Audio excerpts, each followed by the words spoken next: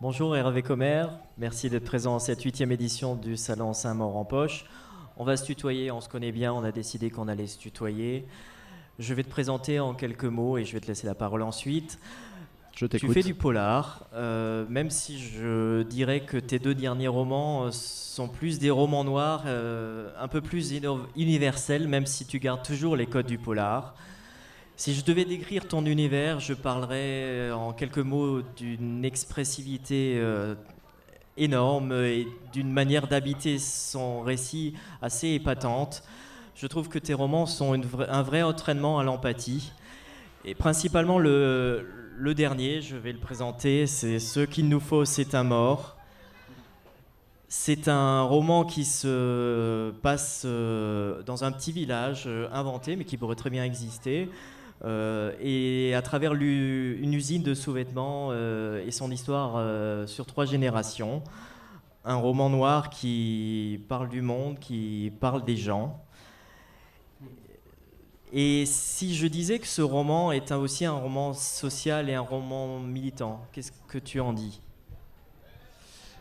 Je dis oui, mais je pense que c'est le cas de tout roman noir. Je pense que tous les romans policiers parlent de quelque chose qui ne va pas dans la vie, que ce soit la faute de la société ou de quelqu'un de précis. En tout cas, oui, un roman policier, ça parle d'un problème. Donc je pense que dans le même temps, tout roman policier milite pour quelque chose. Je pense que tout roman policier voudrait que ça aille mieux, en vérité. Donc, ouais, militant, ça me va. Alors c'est un roman où il n'y a pas de gangsters, on parle peut-être encore de polar, mais il n'y a pas de gangsters, sauf à classer les gens qui portent des cravates dans cette catégorie. Oui, il y en a. Il parle de mondialisation, de la marche actuelle du monde. Est-ce que tu n'as pas l'impression que cette mondialisation devient malheureusement trop banalisée ? Est-ce que c'est aussi une manière d'en parler ? Moi, je voulais écrire... c'est mon 5e roman. Là, je voulais écrire une histoire qui diffère des histoires que j'avais pu écrire avant. Avant, j'avais pas mal parlé de gangsters, justement, de truands qui se baladent avec un flingue, etc., de braquage, d'histoires comme ça. Là, je voulais écrire quelque chose de plus réel, en fait. Je voulais pas partir dans des élucubrations. En fait, avec les truands, tout est possible. Les truands, il n'y a pas de règles, il n'y a pas de loi, on fait ce qu'on veut. Et du coup, on écrit ce qu'on veut aussi. Là, je voulais me rapprocher de quelque chose de plus réel. Je parle de la société vraiment.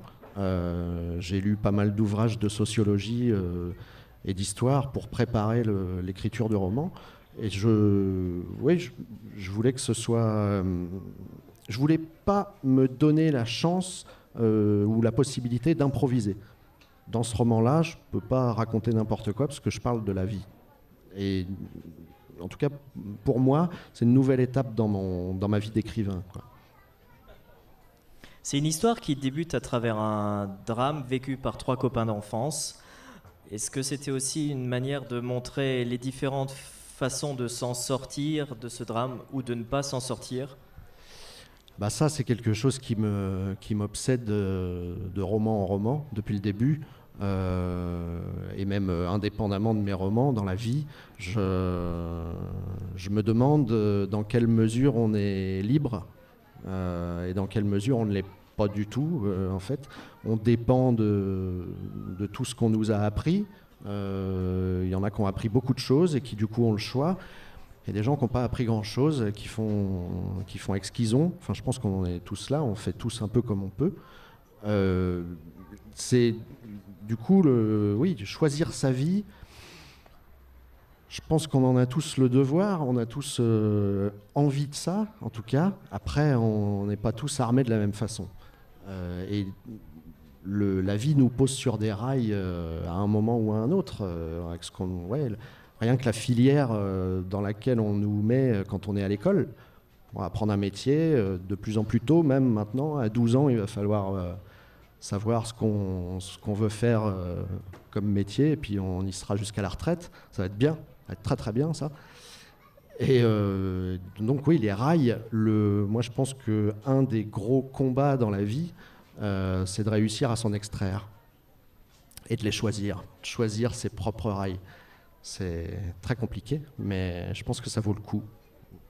C'est vrai que c'est un thème qu'on retrouve régulièrement dans tes romans. On peut appeler ça le destin. Ou est-ce que c'est tellement difficile de s'en sortir? Est-ce que c'est vraiment quelque chose qui te tient tellement à cœur? On le retrouve aussi dans Imagine le reste, dans plusieurs de tes romans. Ouais. Bah oui, ça m'obsède.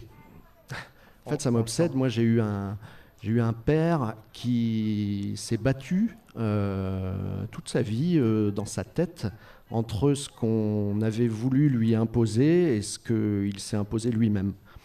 Ça a été compliqué à plein de reprises pour lui, quoi. Et il nous a, à mon frère, ma sœur et moi, martelé jusqu'au bout qu'on était là pour se battre. Se battre, voilà, on choisit son combat, mais lui, il a voulu qu'on se batte pour qu'on fasse quelque chose de notre vie, que ça nous serve à quelque chose. Et j'essaye d'en être digne. Tes romans noirs sont assez lumineux, ça peut paraître paradoxal, et j'ai l'impression qu'ils le sont de plus en plus, que cette lumière est de plus en plus présente. Tu as aussi cette impression ? Non, j'ai pas cette impression, mais en fait, je me rends compte depuis le début, depuis mon premier roman, que entre ce que je pense écrire et ce que les gens lisent, il y a une différence. Moi, j'ai cru, avec mon premier roman, écrire vraiment un polar. Je me suis dit, là, je fais vraiment un polar et je vais être publié et ça va être bien. J'ai été publié, effectivement, parce que on m'a dit, et on me le dit encore, c'est marrant, on n'a jamais lu un polar comme ça. Et alors je ne sais pas en quoi ça consiste, parce que moi je pensais vraiment avoir fait un polar qui rentre bien dans les clous, quoi. Et finalement, depuis, je me pose plus trop la question. J'écris les polars que j'ai envie d'écrire, les romans que j'ai envie d'écrire. Ensuite, on me dit s'il s'agit de polar ou pas. Je pensais à ça quand tu m'as présenté tout à l'heure. Tu considères que je m'éloigne de plus en plus du polar. Moi, je ne m'en rends pas du tout compte. Je ne sais pas du tout si je suis plus ou moins qu'avant dans le polar. Je ne sais pas. Et concernant la lumière qu'il peut y avoir dans mes romans, je ne sais pas non plus s'il y en a de plus en plus ou pas. Je suis très mauvais commentateur de ce que j'écris. Et finalement, j'analyse pas trop. Même pendant que je l'écris, je sais pas. Je continue. Une fois que c'est fini, voilà, les gens me disent ce qu'ils en pensent. Au diable les étiquettes, de toute façon, c'est pas important. Ah bah non, c'est pas important, non. Sauf pour le libraire, pour le classer dans les rayons. Oui, c'est ça.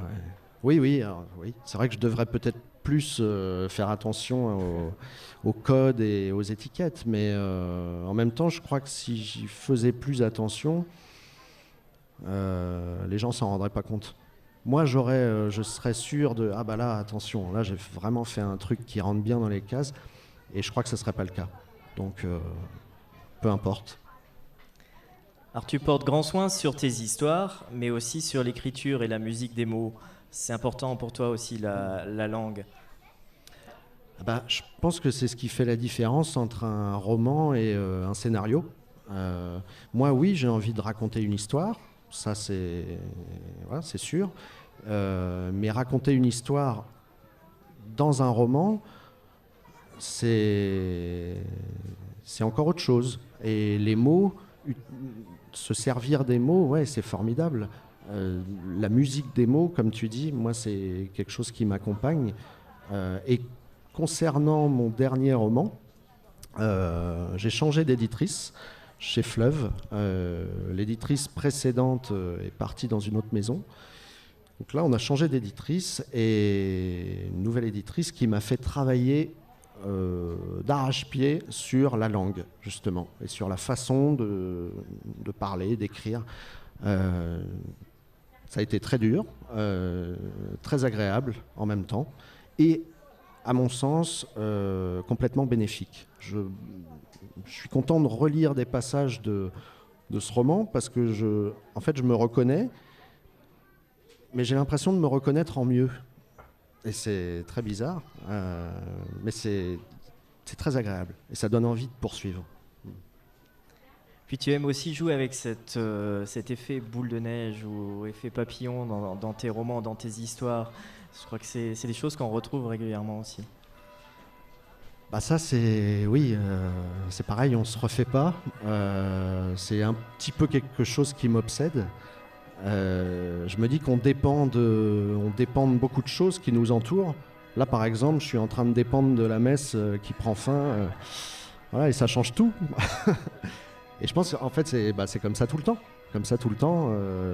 Ce qui fait que quand je raconte une histoire, je raconte aussi ce qui se passe autour de cette histoire. Et donc toujours des conséquences que cette histoire peut avoir sur la vie des personnages secondaires, qui peut-être vont devenir des personnages de premier ordre dans le chapitre suivant.